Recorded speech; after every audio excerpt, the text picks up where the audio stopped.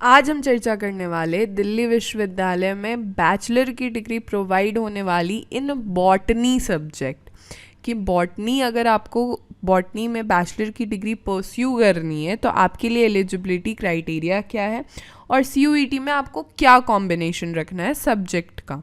सबसे पहले CUET की जो इंट्रोडक्शन है वो हमें बताई गई थी 2022 में कॉमन यूनिवर्सिटी एंट्रेंस टेस्ट, जिसका कंप्लीट नेम है, और जहाँ पे हमारे देश भर के मैक्सिमम यूनिवर्सिटीज़ पार्टिसिपेट करते हैं और बच्चों को एक इक्वल अपॉर्चुनिटी मिलती है कि वो अपने मन चाहे यूनिवर्सिटी में अपना एडमिशन करवा सकते हैं।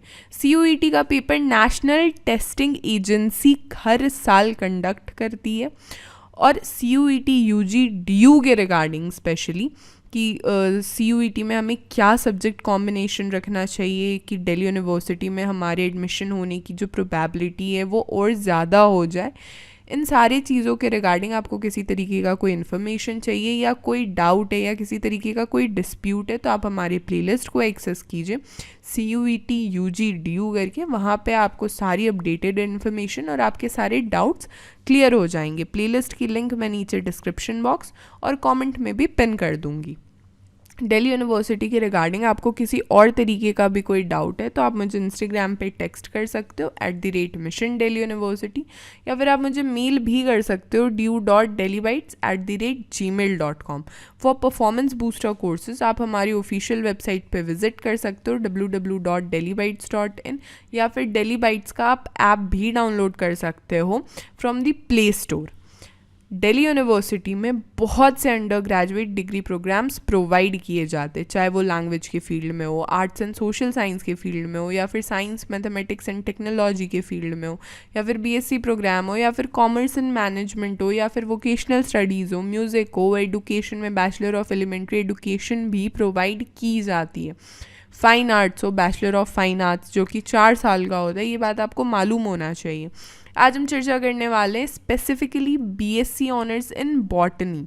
देखो, कॉमन मिनिमम एलिजिबिलिटी क्राइटेरिया होना चाहिए कि आपका क्लास 12th या फिर तो आप अपीयरिंग होने चाहिए, नहीं तो क्लास 12th आपका कंप्लीट होना चाहिए किसी भी एक सिंगल रिकॉग्नाइज्ड बोर्ड से। अब देखो, लिस्ट ए में क्या है ना कि जो भी लैंग्वेजेस की लिस्ट है वो यहाँ पे प्रोवाइडेड है। जो लैंग्वेजेस आपका मेंशन है सेक्शन 1A में और सेक्शन 1B में। लिस्ट B1 में डोमेन स्पेसिफिक सब्जेक्ट्स मेंशन है। सिमिलरली लिस्ट B2 में भी डोमेन स्पेसिफिक सब्जेक्ट मेंशन है।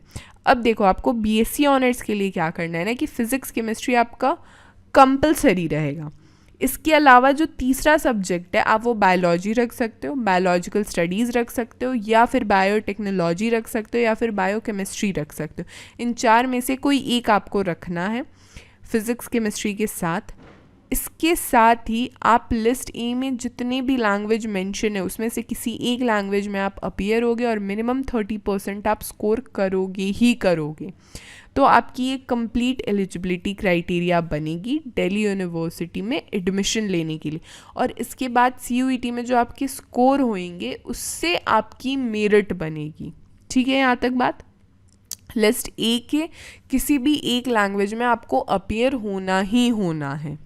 अब देखो, जो कॉलेजेस है वो लगभग 18 से 19 कॉलेज है। इसमें कुछ बहुत ही उम्दा कॉलेजेस हैं नॉर्थ कैंपस के, जैसे कि दौलत राम हो गया, या फिर हंसराज कॉलेज हो गया, हिंदू कॉलेज हो गया, किरोड़ीमल कॉलेज हो गया, मिरांडा हाउस हो गया, रामजिस कॉलेज हो गया, या फिर जाकिर हुसैन दिल्ली कॉलेज हो गया। ये सारे जो कॉलेजेस हैं ना ये नॉर्थ कैंपस के। इसके अलावा भी कुछ कॉलेजेस का अगर मैं नाम लूँ, जैसे श्री गुरु तेग बहादुर खालसा कॉलेज, ये तो मतलब आप जैसे ही विश्वविद्यालय के मेट्रो से आप उतरोगे आपको सबसे पहले खालसा कॉलेज और फिर मिरांडा हाउस मिलेगा। मतलब श्री गुरु तेग बहादुर खालसा कॉलेज भी नॉर्थ कैंपस का ही कॉलेज है। फिर इसके अलावा गार्गी कॉलेज हो गया, साउथ कैंपस का one of the best college है। आचार्य नरेंद्र देव कॉलेज हो गया, ऑफ कैंपस का one of the best college है ना। तो कॉलेजेस की भी कमी बिल्कुल नहीं है दिल्ली यूनिवर्सिटी में, जहाँ से आप बॉटनी ऑनर्स परस्यू कर सकते हो और सीट भी ठीक ठाक है। तो बस करना क्या है कि आपको अपनी तैयारी तगड़ी रखनी है। ठीक है, अब देखो पेपर स्ट्रक्चर क्या हमारा बताते हैं कि जिस भी लैंग्वेज में आप अपीयर होगे मैक्सिमम आपको 40 क्वेश्चंस अटेम्प्ट करने, डोमेन स्पेसिफिक में भी आपको 40 क्वेश्चंस अटेम्प्ट करने, और अगर GT के पेपर में आप अपीयर होते हो तो आपको मैक्सिमम 50 क्वेश्चंस अपीयर कंप्लीट करने हैं, ठीक है।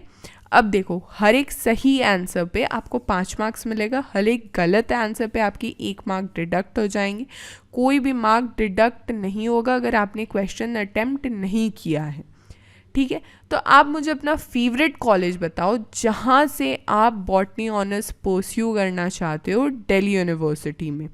हमारे सारे सोशल मीडिया के लिंक्स नीचे डिस्क्रिप्शन बॉक्स में अवेलेबल है। Do comment us, do subscribe mission Delhi university powered by Delhi bytes.